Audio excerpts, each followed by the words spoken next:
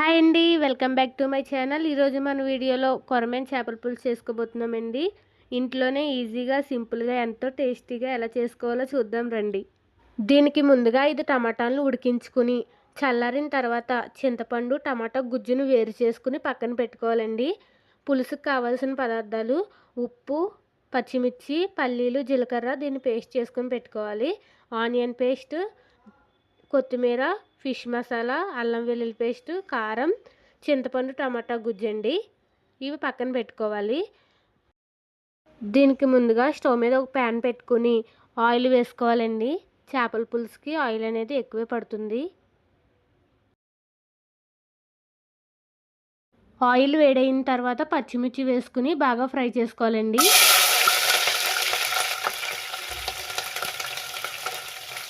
మిర్చి బాగా ఫ్రై అయిన తర్వాత ఆనియన్ పేస్ట్ని కూడా వేసుకుని ఫ్రై చేసుకోవాలి.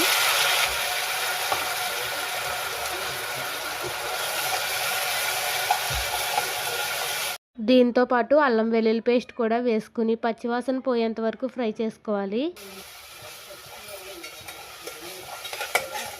ఇప్పుడు ముందుగా మిక్సీ పట్టుకున్న పల్లి జీలకర్ర పేస్ట్ని వేసుకుని కలర్ మారేంత వరకు ఫ్రై చేసుకోవాలి.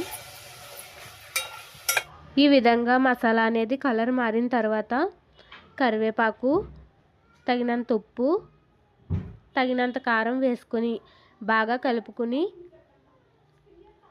ఫ్రై చేసుకోవాలండి. మసాలాను ఈ విధంగా ఫ్రై చేసుకోవాలండి. ఇలా ఫ్రై అయిన మసాలాలో మనం ముందుగా కడిగి పెట్టుకున్న కొరమేను చేపలను వేసుకుని మసాలా పట్టేంత వరకు కలుపుకోవాలండి. ఇప్పుడు ఇందులో మనం ముందుగా వేరు చేసి పెట్టుకున్న చింతపండు టమాటా గుజ్జును వేసుకుని తగినన్ని నీళ్లు వేసుకోవాలి.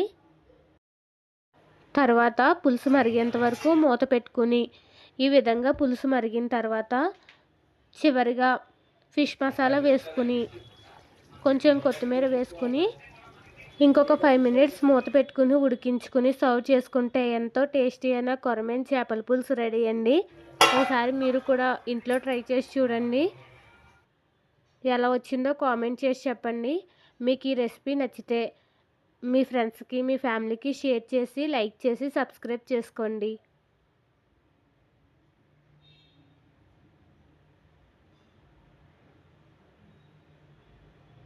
అది